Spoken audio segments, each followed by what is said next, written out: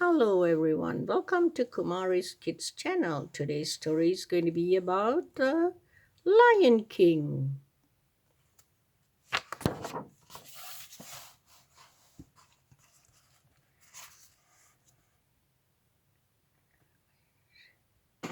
Above the gathering on the top of Pride Rock, Rafikis, the wise old mystic approached King Mufasa and Queen Sarabi. He cracked open a gourd, dipped his finger in the liquid, and made a special mark on the infant's forehead. Then he carried the cup to the edge of the rock and held it high. A loud cheer rose from the plain. Elephants trumpeted, monkeys screeched, zebras, rhinos, and a host of other animals stamped their hoofs. Then a hush fell over the gathering. Together, the animals of Mufasa's kingdom knelt before Simba, the new prince.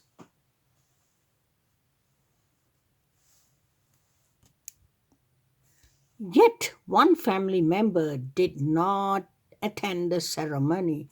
Mufasa's brother Scare had spent the entire morning toying with a mouse. He was just about to eat it when Zazu, the king's majordoma, appeared.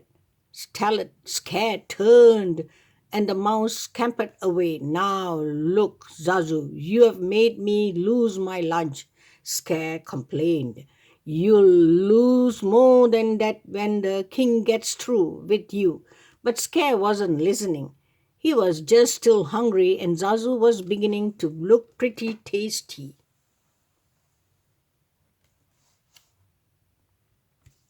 Scare pounced, but before he had time to eat Zazu, a voice commanded, dropped him.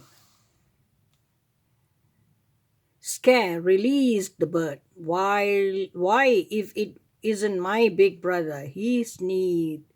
Sarabi and I didn't see you at the presentation of Simba. Mufasa said, Is anything wrong? That was today, Scare said. Oh, I feel simply awful. It must have slipped my mind. Well, as slippery as your mind is you are the king's brother, Zazu reminded. Zazu also reminded Scare that he should have been the first in the line to congratulate his brother. I was first in line until the little hairball was born, retorted Scare. That hairball is my son, Mufasa reminded him, and your future king. I shall practice my crusty, Scare said. Then he turned his back on them and walked away. The days passed, and Simba grew from an infant into a cub. One morning before dawn, Mufasa led Simba to the top of Pride Rock. As the sun edged over the horizon, Mufasa said, Simba, look, everything that light touches is our kingdom. A king's time as a ruler rises and falls like the sun. One day the sun will set on my time here and will rise with you as the new king. And this will all be mine. Wow, said Simba, looking around. But what about that shadowy place? Mufasa turned to his son. That is beyond our borders. You must never go there, Simba. As they wandered away from Pride Rock, Mufasa said, Simba, everything you see exists together in a delicate balance. As a king, you will need to understand that balance respect all creatures because we are all connected in the great circle of life. The young cub tried to listen, but a grasshopper caught his eye and he chased after it.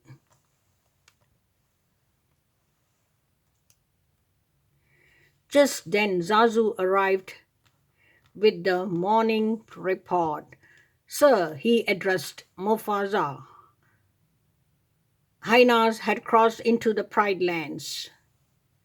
Quickly, the king ordered his majordoma to take Simba home. Oh, Dad, can't I come? Simba whined. No, son, his father replied, and he took off after the dark shapes in the distance.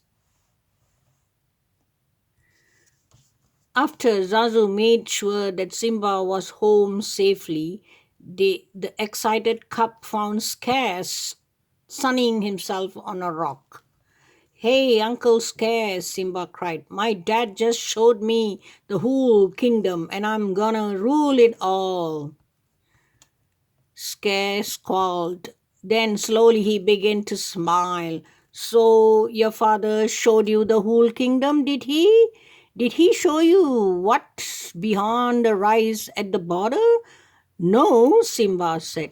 He said, I can't go there. And he's absolutely right, Scare replied. It's far too dangerous. Only the bravest of lions go there. An elephant's graveyard is no place for young prince. An elephant? What? Said Simba. Wow. Oh dear, I've said too much, said Scare grinningly slyly. Just do me one favor, he added. Promise me that you will never visit the dreadful place and remember it's our little secret. As Scare backed away, Simba stared at the distance spot on the horizon. He had no idea that Scare had cleverly set a trap to rid himself of the future king forever. Simba knew that he would be obeying his father if he went into the elephant graveyard. But hadn't Uncle Scare said that only the bravest of lions dare venture there? Wouldn't Dad be proud of such brave cub? Thought Simba. Soon after, Simba went in search of his best friend Nala. He was happy to find Nala with her mother Sarafina and Queen Sarabi. Mum, he said to Sarabi, I just heard about this great place. Can Nala and I go? Where is this place, Simba? His mother asked. Oh, near the water hole, the cub fibbed. Uncle Scare had said it was a secret. All right, said Sarabi, as long as Zazu goes with you, not Sazu. Not Sazu, thought Simba. He'll spoil everything.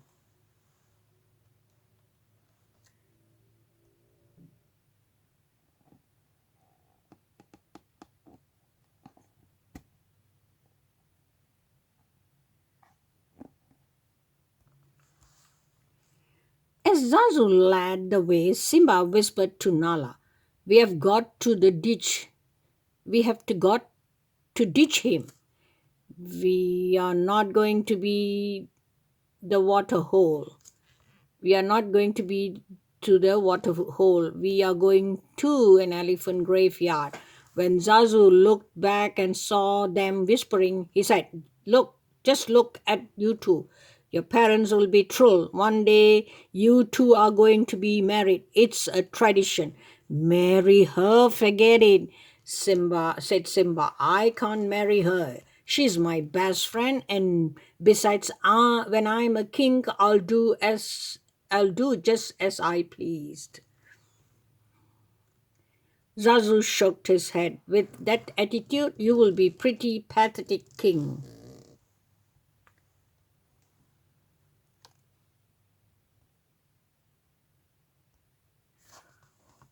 It worked. We lost Zazu, said Simba, laughing. Now we can look for the elephant graveyard. In the spirit of victory, Simba playfully leaped for Nala, but he was too quick for him, and he flipped him into his back. Together they tumbled down in tumbled down a hill until they landed with a thud. Next to them was a huge elephant skull. This is it. We made it, said Simba. Wow, exclaimed Nala. It's really creepy. Come on, said Simba. Let's check it out. Before they could climb into the skull, Zazu caught up with them. We are way beyond the boundary of the Pride Lands, he said. And right now we are all in a very real danger. I laugh in the face of danger, said the brave lion cub. Ha ha ha, ha ha ha, replied the elephant skull. Then out of the skulls, cavernous eye holes popped three slobbering hyenas.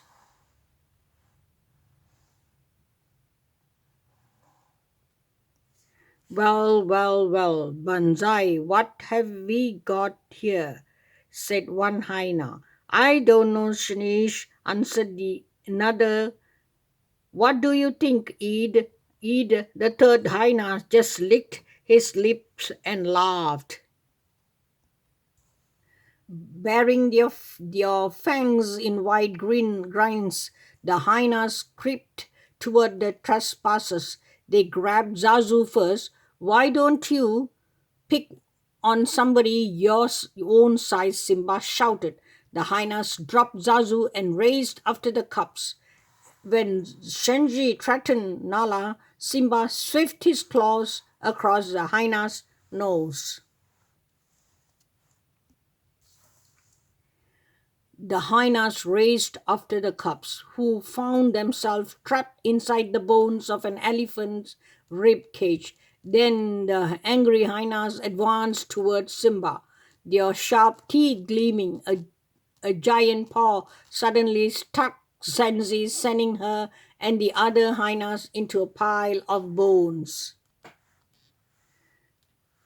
Not far from where Simba waited, a herd of wild bees gazed. Not far from the herd, three hyenas waited too. They were waiting for a single signal from Scare. Shinsi saw him first. There he is. Let's go. The hyenas ran toward the wild bees, sensing danger. The herd panicked and stamped into the gorge straight toward Simba. Nearby, Mufasa and Zazu noticed the dust rising from gorge. Mufasa, scared, yelled, appearing from behind a rock. Quick, stamped Simba's down there. With no thought of his own safety, the Lion King leaped into the gorge and snatched the cup out of the path of the deadly hooves.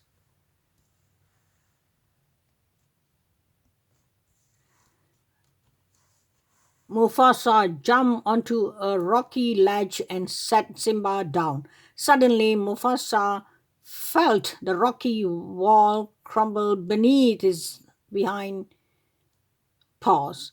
He fell back into the herd, badly hurt. He tried to climb another cliff. Looking up, he saw Scare.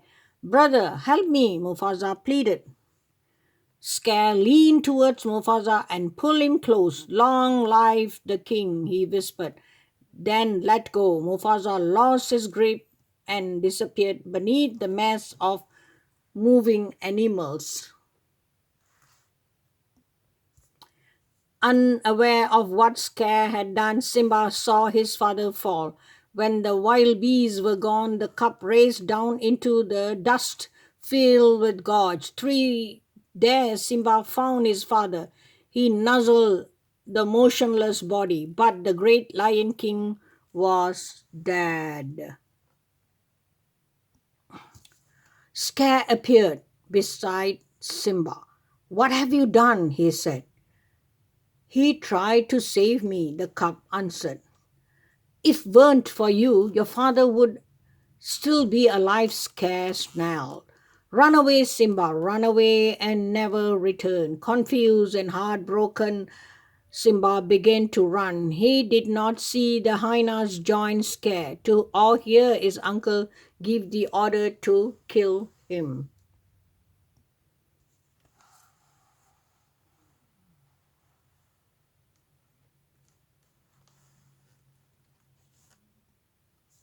When Simba opened his eyes again, the burning sun and the vultures were gone. But a mercat and a warthog were standing over him. You okay, kid? Said the mercat. You nearly died, said the warthog. We saved you. Thank you for your help, Simba replied. He stood on a wobbly legs and started to leave.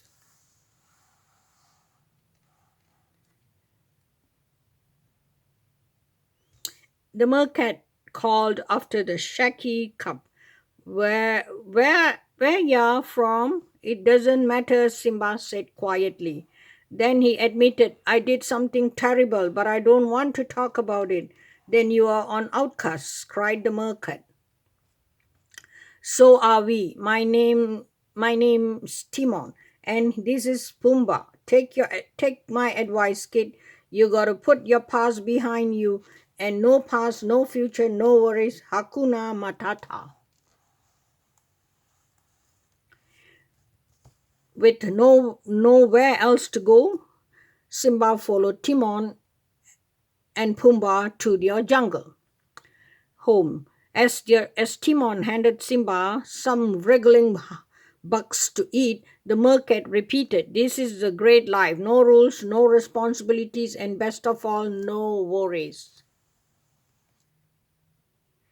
Time passed. In the carefree company of his new friend, Simba grew into a young lion. One night, while the three of them were gazing at the stars, Simba said, Someone once told me that the great kings of the past are up there watching over us. Pumbaa and Timon laughed. Who'd have told you a crazy thing like that? Said Timon. Simba, thinking of his father, was silent. The next day, as Simba was wandering through the jungle, he heard his friend shout for help. Help! Simba hurried toward the sound. Pumbaa was caught beneath the trunk of a fallen tree, and Timon was trying to protect him from a hungry young lioness. Simba laughed and introduced Nala to his friends. She smiled politely, but she could not stop staring at Simba. Finally, she said, Everyone thinks you are dead. Yes, Care told us about the stampede. What else did he tell you? Simba asked cautiously. What else matters? Nala exclaimed. You are alive, and that means you are the king. King, cried Timon and Pumbaa in surprise. Excusing themselves, Simba and Nala stroll into the jungle. Scare, let the hyenas take over the Pride Lands. Nala said, Everything's destroyed. There's no food, no water. Simba, if you don't do something soon, everyone will starve. I can't go back, he insisted. Nala did not understand why Simba refused to accept responsibility and help the pride. What's happened to you? She asked. You are not the Simba I remembered. You are right, I'm not, he said. Now, are you satisfied? Before he turned to leave, Simba added angrily, Listen, you think you can just show up and tell me how to live my life? You don't even know what I have been through. Nala called after him, but Simba ignored her. That night, while the others slept, Simba sat on a rock and gazed up at the twinkling sky. I don't care what anybody says, he said aloud. I won't go back. What would it prove anyway? It won't change anything. You can't change the past. Then Simba heard a strange sound. Somewhere in the jungle, someone was chanting in a sing-song voice, as if from nowhere. He bent figure of an old baboon appeared. Who are you? Simba asked, slightly annoyed. The question is, who are you? Said the baboon. Simba thought for a moment, then sighed. The old baboon said, I know your father. My father is dead, Simba replied. Nope, said the baboon. "He's alive. I'll show him to you. Just follow old Rafiki's. He knows the way." The old baboon led Simba to a clear, smooth pool. "Look down there," Rafiki advised. In the pool, Simba saw only his reflection. "Look harder," the baboon insisted. A breeze repelled the water. When the pool became still, Simba stared at the face of his father. "You see," Rafiki said, "he lives in you." Simba heard a voice call his name, and he looked up and saw the image of his father in the stars. "Look inside yourself, Simba," said his father's image. "You are more than what you have become. You must take your place in the circle of life. Remember who you are. You are my son and the one true king." Remember, the vision faded. Simba remained alone thinking.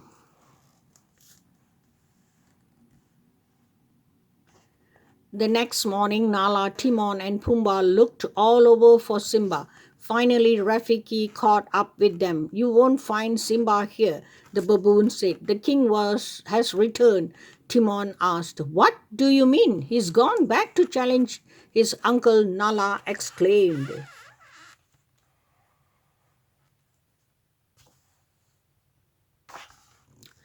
Ahead of them, Simba moved swiftly toward Pride Rock. As he crossed over into his homeland, he saw ruin and devastation everywhere.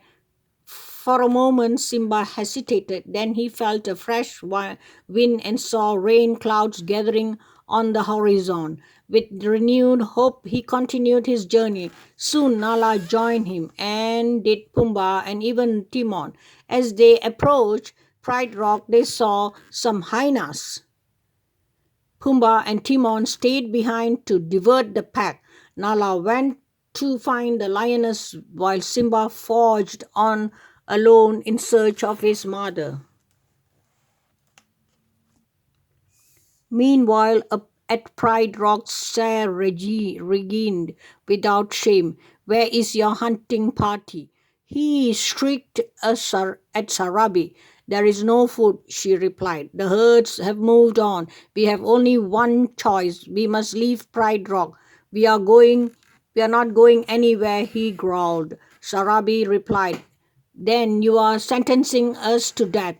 Then so be it. I am the king and I make the rules. If you were half the king of Muzaffar was," Sarabi began, and ragged, scare, struck, and she fell.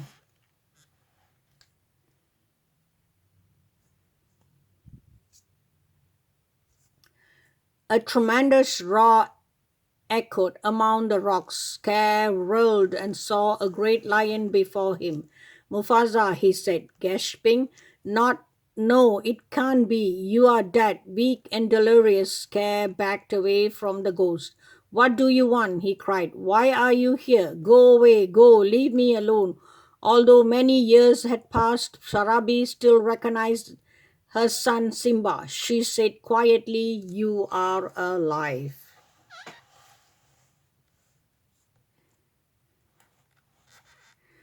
Then Simba saw Scare crawling up to Pride Rock. Simba dashed up the steep face, dodging fire and smoke. This time he trapped Scare at the edge.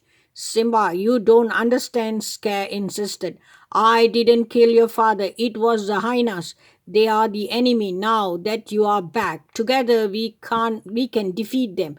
"Run away, Scare," Simba commanded, repeating the advice his uncle had once given him. "Run away and never return." Scare started to slink away, but then he turned and lunged for Simba. Acting swiftly, Simba hurled Scare off the cliff.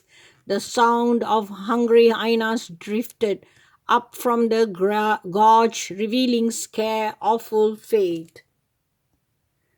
As rain began to fall, Simba climbed to the top of the Pride Rock. Then the clouds parted revealing a star-filled sky. Simba roared triumphantly, and all who heard him reacted with joy.